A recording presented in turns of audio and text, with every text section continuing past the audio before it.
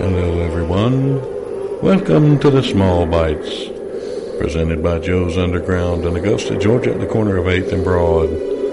Through the month of October, we're going to have our special spooktacular of different stories, some cryptozoology, some ghosts, who knows, maybe even a UFO or two. So sit back, protect your neck, and enjoy the Small Bites. Ha ha ha ha ha.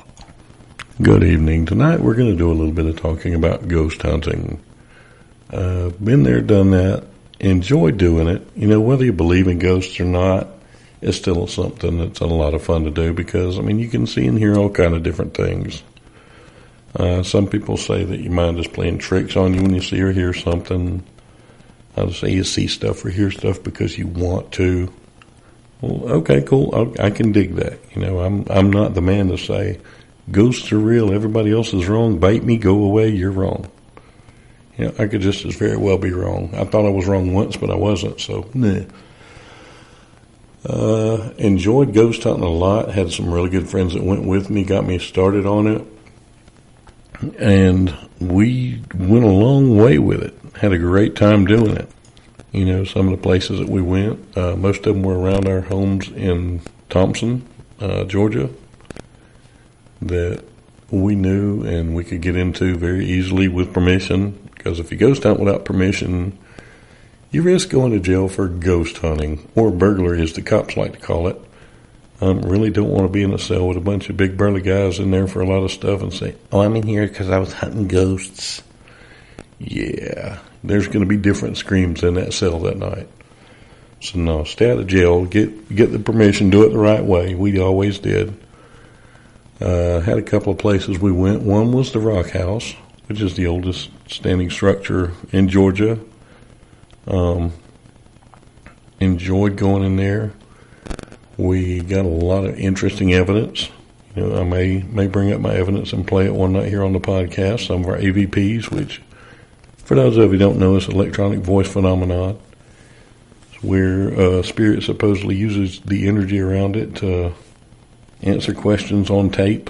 You know, you can't hear it while it's going, but you can go back and review the tape and you hear a voice that wasn't there. And I've heard that a whole lot. You know, and a lot of people say, oh, it's just interference or, you know, something like that. On some things, you know, I can understand that. You know, I've seen these ghost hunting shows where they're in the middle of talking and you hear something go, and you can't make out what it says until they say, oh, wow, that said Bill eats Bert's socks. And all of a sudden it says, Bill eats Bert's socks. Because that's been put in your head. And those I really don't like to get. But we've gotten some that were just as clear as me sitting here speaking on this microphone right now. And those are the ones that I believe are real. And once again, you don't have to believe it. That's cool. Whatever. Have fun. Don't knock me, I won't knock you. We got some really good EVPs there. First time I went, we went in to the little back door in the basement to work our way upstairs. Once again, we had permission. And on the tape, every time I would talk, you would hear somebody say, Pa? And that was kind of creepy. We didn't know it at the time. Well, we had another guy with us, him and his wife. It was their first time ever doing anything like this. And he decided he wanted to try spirit writing, which is you hold a pencil in your hand on a piece of paper and just close your eyes. You don't move your hand and somebody asks you questions and the spirit writes them out. Well, I don't take a lot of credence in this because it's in your hand. You know, yeah, you can just write sloppy. I don't believe that. So we get upstairs and he gets the paper and, you know, I ask, okay, behind my back I have, how many fingers am I holding up? And some jackass says, 3. So, okay, whatever. Now we're going to do it where he can't hear the answer. So, of course, I hold up my fingers again, and he puts down a 3, which luckily, you know, that's okay. He guessed that I had 3 fingers up. And then I did what I call our EMS gang sign, which I put my fingers in the shape of a 9, a 1, a 1. And when I did that, I said, all right, now what am I holding up? he didn't get the right answer, but on the tape you hear someone go, why 911, Pa? Now that was creepy. We've got a lot of really cool stuff there. Another place was out in an old Wrightsboro cemetery and Quaker settlement in McDuffie County. We've gotten a lot of good stuff out there, good EVPs. I took my daughters out there around dusk one night with my wife when they were younger, and they were little EVP magnets. Something actually pulled my oldest daughter's hair a little bit, and you can hear it call her Kate.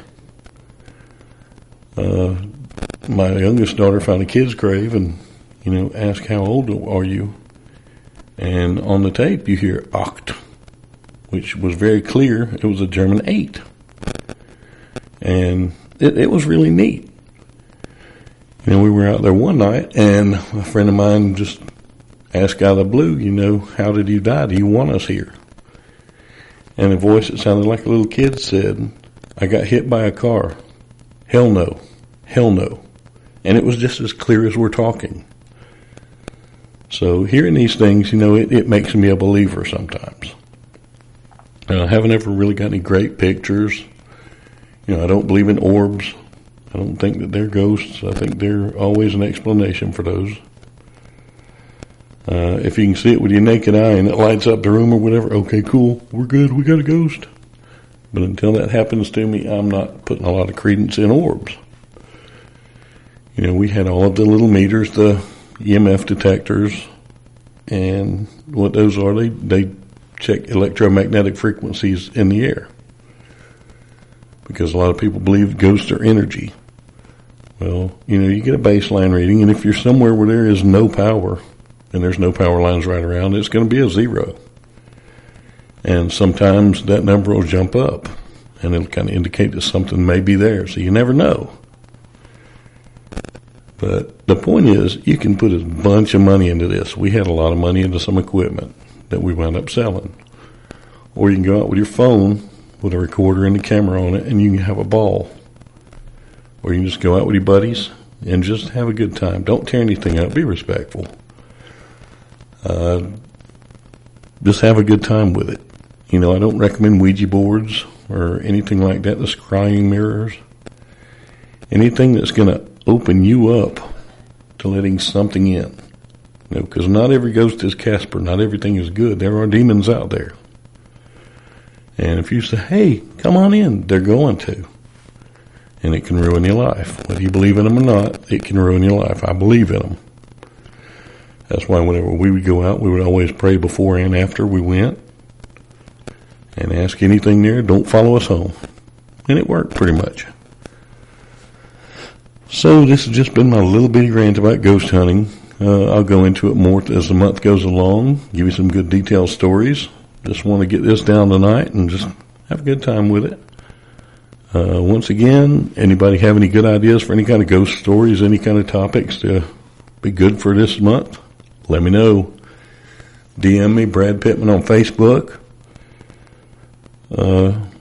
Subscribe to this podcast. Subscribe to my video channel, Brad's Comedy, on YouTube.